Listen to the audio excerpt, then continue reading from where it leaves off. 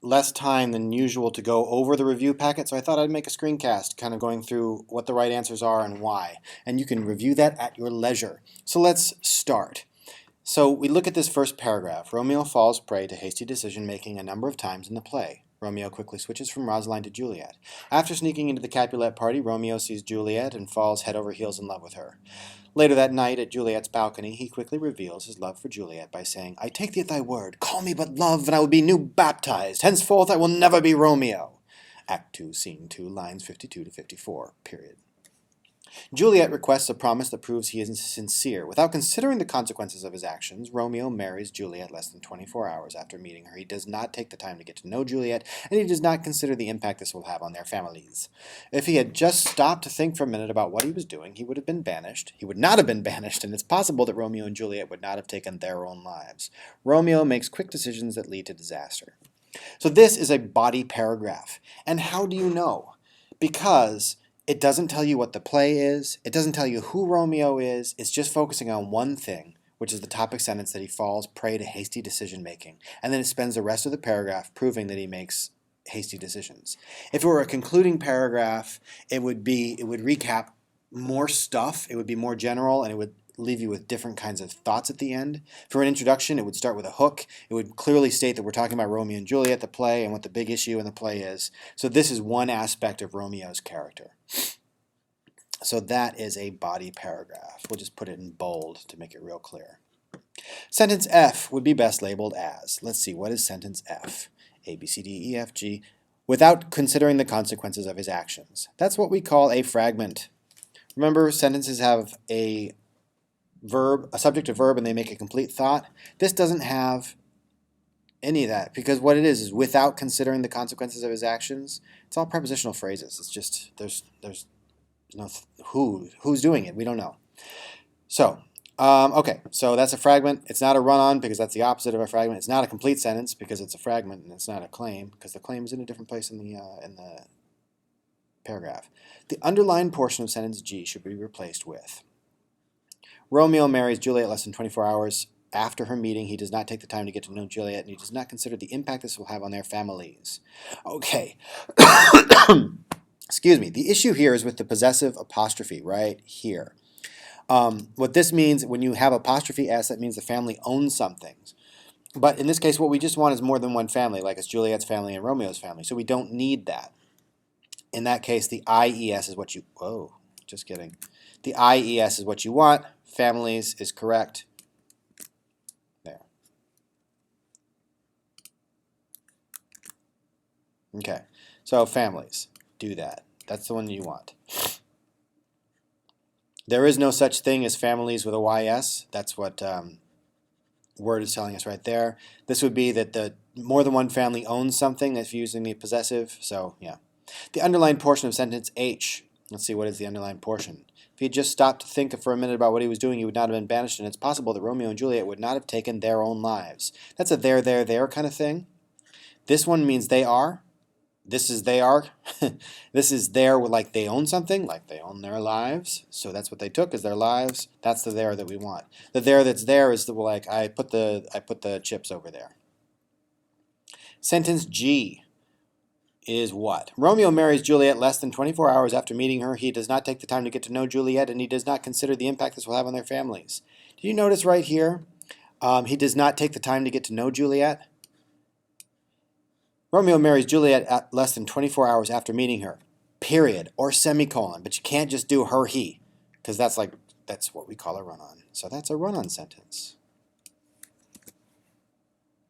Is the paragraph written in the present tense, the past tense, or the future tense?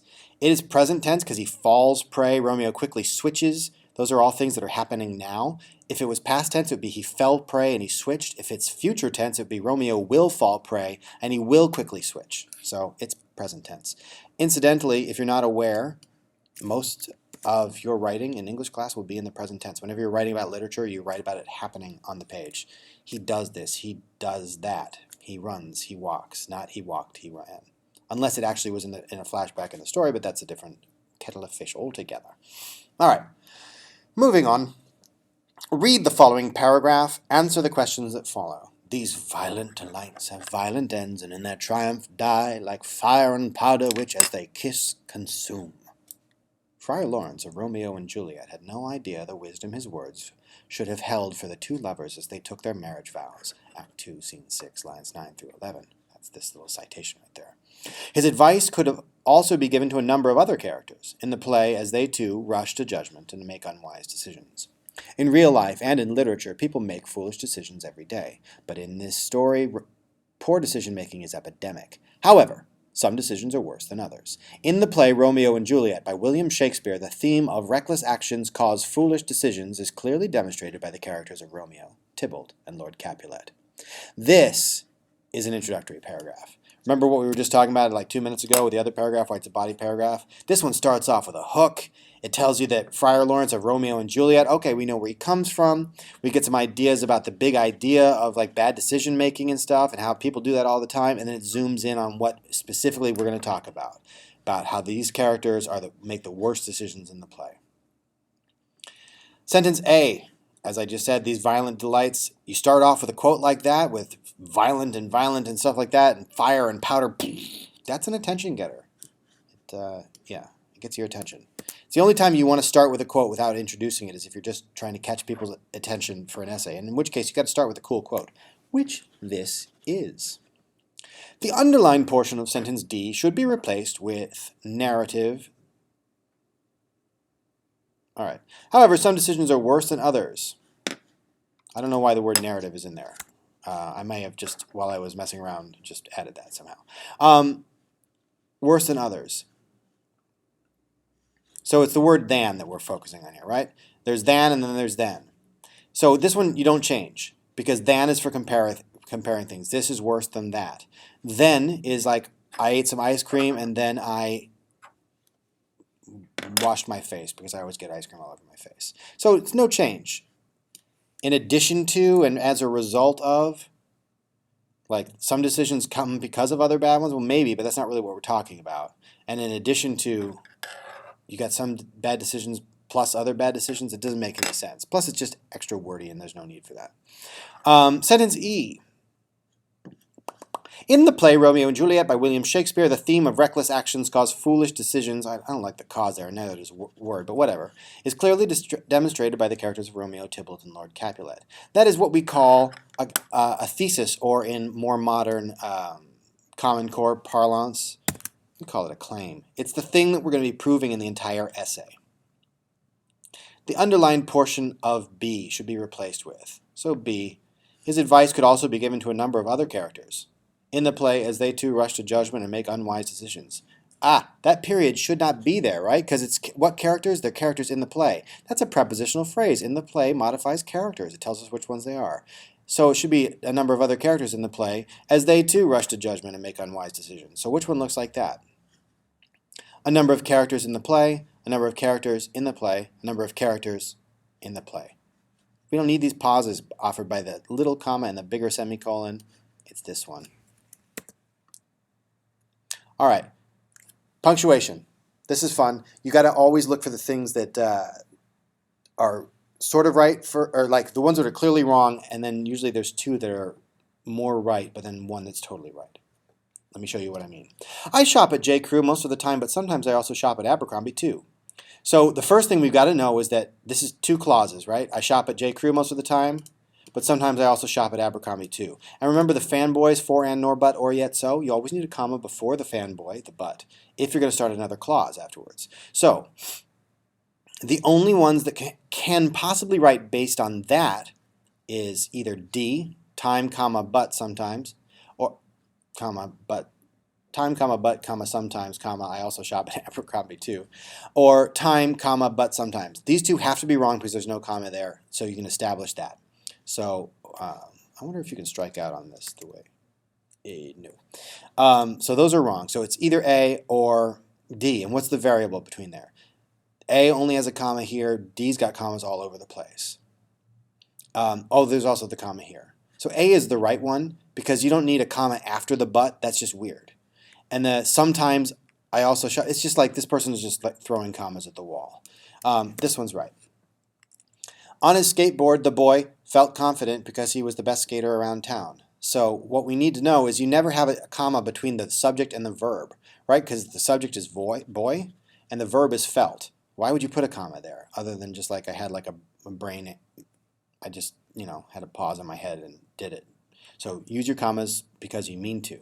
On his skateboard, the boy felt confident because, so we can eliminate this one. That's, well, all italicized things that we can eliminate.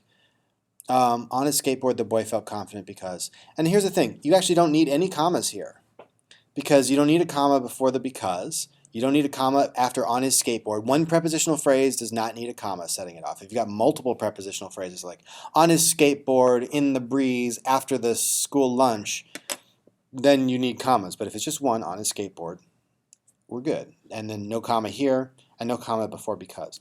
So that's your right one.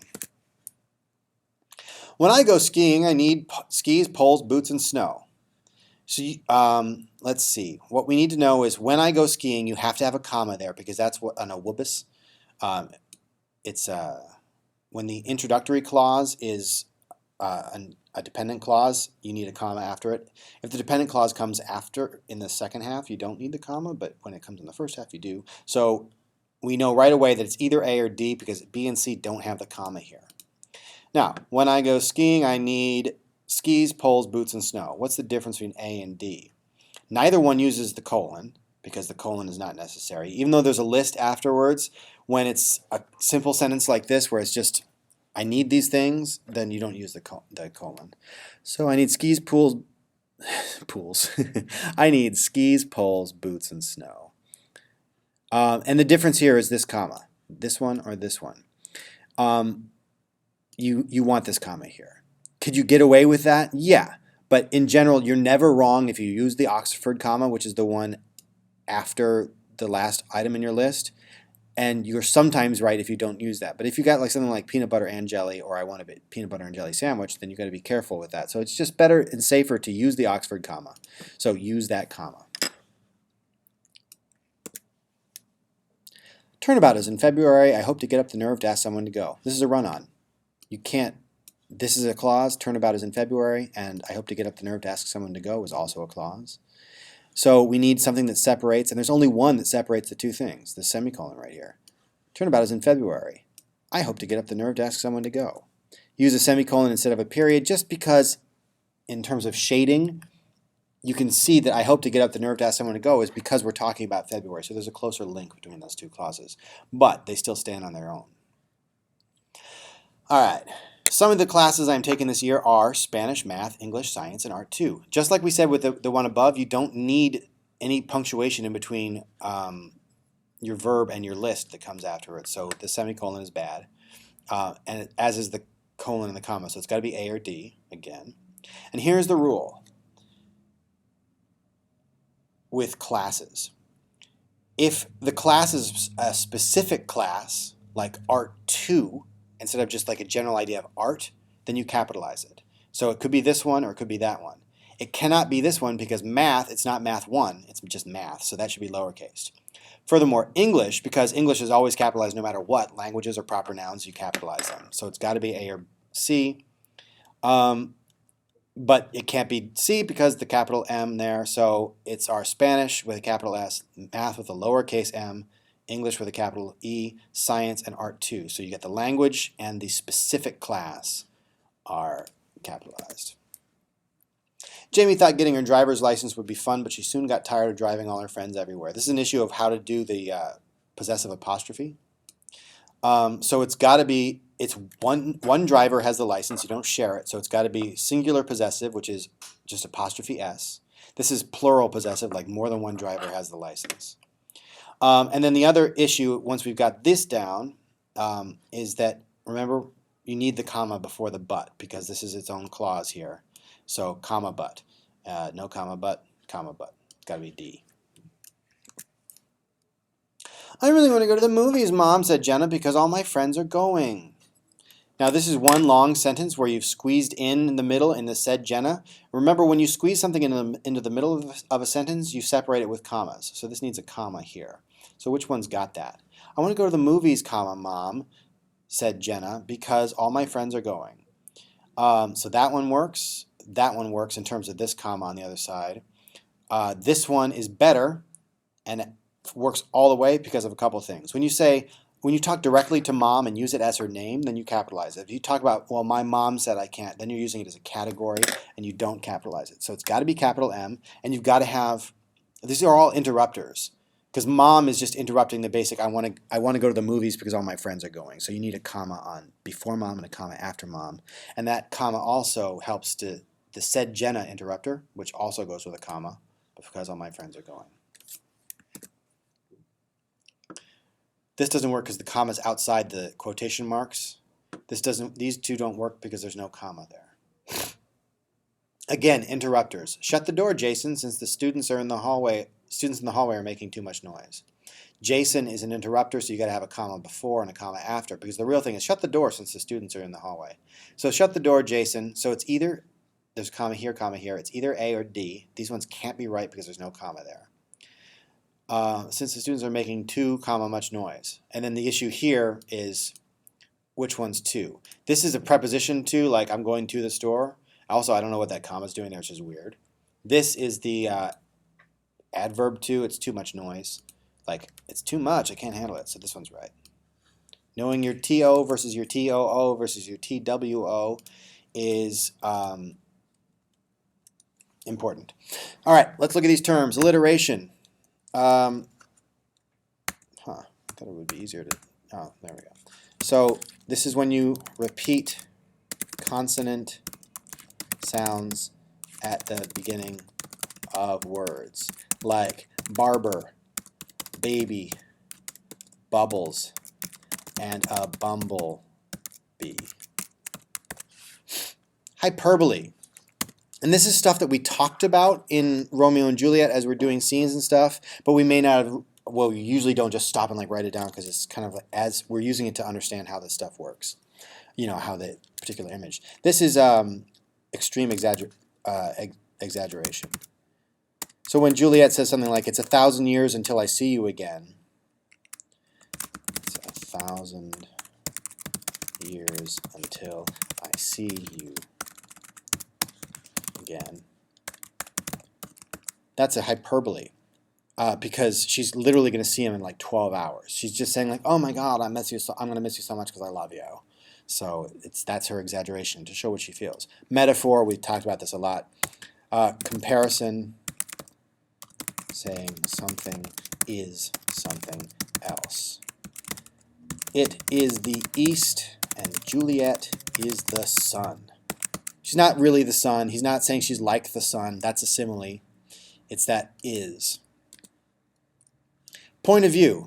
This is first person, first, second, third. It's the perspective from which the story or a piece is being told. So first person is like, I went to the store. Second person is you went to the store. Third person is he went to the store. That's all there is to it. Simile is like a metaphor, but you use actually like a simpler, I just made a simile myself, metaphor. So instead of Juliet is the sun, it's Juliet is like the sun. Still making the comparison, but you're making it a little bit more obvious that you're making a comparison rather than just saying something is something. A rhyming couplet, it's 2 lines rhyme together. So at the end of a sonnet, which is 14 lines, 3 quatrains plus a couplet, the couplet at the end of the opening of Romeo and Juliet is, which if you with patient ears attend, what here shall miss our toil shall strive to mend. So the 2 lines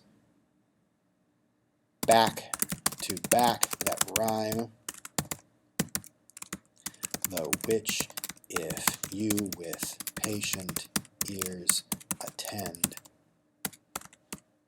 That's the thing for a line break. What here shall miss our toil shall strive to mend. Rhyme. Yeah, you know, the sounds at the end are the same. So mend. I'm not even going to write that down because, like, seriously, if you got to high school and you don't know what a rhyme is, I can't help you. But yeah, it's like mend, attend. They sound the same at the end. So yeah. Flashback, when you go back in time in a story. Going back in time in a story. So it's like, what is it? That's So Raven, and it's like flashback. Maybe I'm thinking, I didn't actually watch that show, so I could be wrong, but you know, it's you're going along and then suddenly like, oh, there's some backstory that we need. Now let's look at a flashback and we'll go back there. Situational irony. When you get the opposite of what you expect. And this is important, the opposite idea. So it's not just like, oh, that's a bummer. It's like literally the opposite, like the firehouse catches on fire. Or Timothy Treadwell, who spent his life protecting bears, got eaten by a grizzly bear. That's irony. Just like rain on your wedding day, that's not irony, that's a bummer. So it's got to be opposite. That's the big deal. Firehouse catches on fire. We talked about this at the beginning of Romeo and Juliet. A sonnet is what the opening part of the play is. It's basically, it's a 14-line poem, 14 lines, 3 quatrains, that's 3 verses of 4 lines, plus a couplet. So that's 12 plus 2 is 14. It's an iambic pentameter. Couplet, iambic pentameter, which is like, it's 5 beats, each beat divided in 2 with the emphasis on the second half of each foot. So those are iambs. Da da da da da da da da da da da da da da da da da da. So 2 households both alike in dignity, in fair Verona where we lay our scene, from ancient grudge break to new mutiny, where civil blood makes civil hands unclean. See how that gada gada gada gada gada, or 1 and 2 and 3 and 4 and 5. And it's A B A B C D C D E F E F G G. That's the rhyme scheme.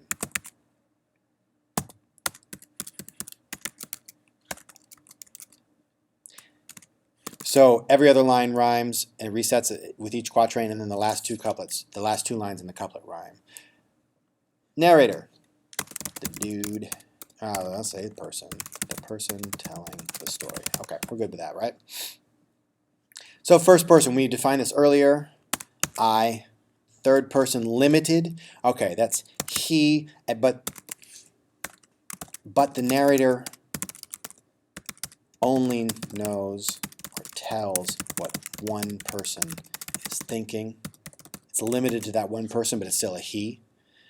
He, she, whatever. And omniscient means you know everything. He, she, but... And the narrator knows everything. So you just looking at those poetic devices, like you should be able to look at the poem and say, oh, look at that simile, look at that metaphor. Sonnet structure, we talked about it right up here, so just be okay on that. So word cells you should know. And really, it's more like that's kind of old school stuff, like you probably did in middle school, and the test will ask you to sort of do it in context. It's like, look at this, mortified. Oh, okay, let's figure this out. So let's go over those real quick. Mort has to do with death. Tran or trans is about moving. Dis is like not or take away. Pre is before. D is also to remove, like if you're going to de-ice a windshield. So it's not important to me that you have like a perfect dictionary definition of this, but that you know kind of how they work together. So words that you should know. Discreet. It's like being careful. Cautious. So if I ask some discreet questions about something, I'm trying to be careful and like nice about it. Envious. Jealous. Like the moon was envious of Juliet. Alliance. 2 groups working together. 2 or more. Validity is like validity. That's the state of truth. Like how true or real is it? The quality of being real. So what's the validity of this test? Is it even a real thing? Real or true. Virtue is like honor, right? Goodness, that kind of thing. Honor / goodness. Vice, opposite of virtue. A bad habit. Like smoking is a vice. Dilemma, a tricky problem. Like, oh, this is a real serious dilemma. How are we going to get out of it? Mundane is like boring, earthly. So like mundane as opposed to like spiritual or holy, like a mundane thing is like, I don't know, like chopping wood. But like as opposed to like having some kind of a revelation or something. So it's boring and it's just normal and there's nothing elevated about it. Vulnerable. That means it can be hurt. We've analyzed their attack patterns, and there is a weakness. We are vulnerable. So like the Death Star is actually, they thought it was all powerful, but it was actually vulnerable because you shoot the proton torpedoes down the ventilation shaft and the whole thing breaks up. Relentless means non-stop, like Alexander Hamilton. I mean, just relentless means it keeps on going, like the Energizer Bunny. Keeps on going. All right, so now we're taking these ideas out. So based on the sentence, what is the meaning of trans? So looking at it, so as a transplant operations, they took, she was wheeled to surgery for the removal of her kidneys, and transplant operations took almost immediately. So to move her kidney. So they took out one kidney and they put in another one. This one's a little trickier because like contextually, I don't think you necessarily know that mort is about death. But if you think about it, she was mortified when she realized she had a rip in her pants. Everyone was staring at her and she wanted to die of embarrassment. So that's the idea. This part literally defines what it means. Like mort is death, like morgues, mortuary, morticians, those are all people that deal with people or places that deal with death. She wanted to die. So it means death. Dis. My sister wants to get better grades, but her desk is a mess. Her desk is so disorganized, not organized, and her disorganization or lack of organization causes her to lose. Not lack something. So she's not organized. She doesn't have that. So when the punter went down in pregame warm-ups with a hip injury, the replacement kicker had to take over. So you warm up before a game. Pre is before. Based on the following sentence, what is the meaning of D? The new technology allows teachers to select multiple students to delete or deactivate. So if you're activated, you're on. It means you turn it off. Remove. So remove the activation. Turn off. Those all work. All right. It's means it is. This it's means it's possessive. So this is, it's going to be a fun summer. It is going to be a fun summer. And just ask yourself, which one is it? Is it it is? I bought a new bathing suit and its strings are striped. Okay, so that's the bathing suit owns the strings. I hope that my friends think it is cool. It's. Bob bought a new bike and its tire, bike owns the tire, was flat. It's going to be a hassle taking it back. It is. Thank you for the capital. Go back to the store to get its tire fixed. The bike owns the tire. It's its. There, and there. We talked about that earlier. Let's look at how to do it. Students went to their lockers. They own them, so it's there. To get their books, they own the books. They're going to study for the final test. They are, so that's there. The study group will meet in the library after school. There will be 5 students because it's like over there or there will be. That's that kind of there. They're hoping, they are hoping, they're hoping that their study session, they own the study session. Their study session will bring up their grades. They own the grades. We're is we are. Where means where did I leave the hot dogs? And were means we were going but now we're not. Or maybe we are. Where are the bats and ball for the game? We're going to have to look for them. We are. They were right there a minute ago. Where could they be? 3PO. Turn off all the garbage smashers on the detention level. We were going to play baseball, but now we have to sit out. I know. Where is the basketball? We are going to have to look for it. We're. No and no. That means no, don't do it. And that means I know what you're talking about. I know this. Oh no! I don't know. If I can take much more of the studying, I think I know most of these vocabulary words. No one is around to help me quiz me on these words. I know. I'll go ask Abby to help me. I hope she doesn't say no. I need to know these words. All right, what's the next thing? 2, 2, and 2. The 2 sisters, there's 2 of them, that's the number. Wanted to walk, that's an infinitive. To the store, it's preposition. So they could get 2 ice cream cones each. That's the number 2. Their brother came along too, so that means as well, or too many. After they finished the ice cream, they didn't want to walk back home because it felt too far. Like that's the adverb again, it's too much. And they had eaten too much ice cream. So they went back in the store and pulled out $2, that's the number, to buy water, the infinitive, adding to the verb. I'm going to study from my English, I'll say then and then. So one, then is like this came, then that came, and this is like comparison, this is better than that. I'm going to study for my English test, then I'm going to eat lunch. I'd rather be watching a movie than studying, but then I won't do very well on my test. First I'll practice homonyms, then I'll work on vocabulary. Some people are better at punctuation than I am, but I'll keep practicing. If I practice, then I'll be great. Reading test.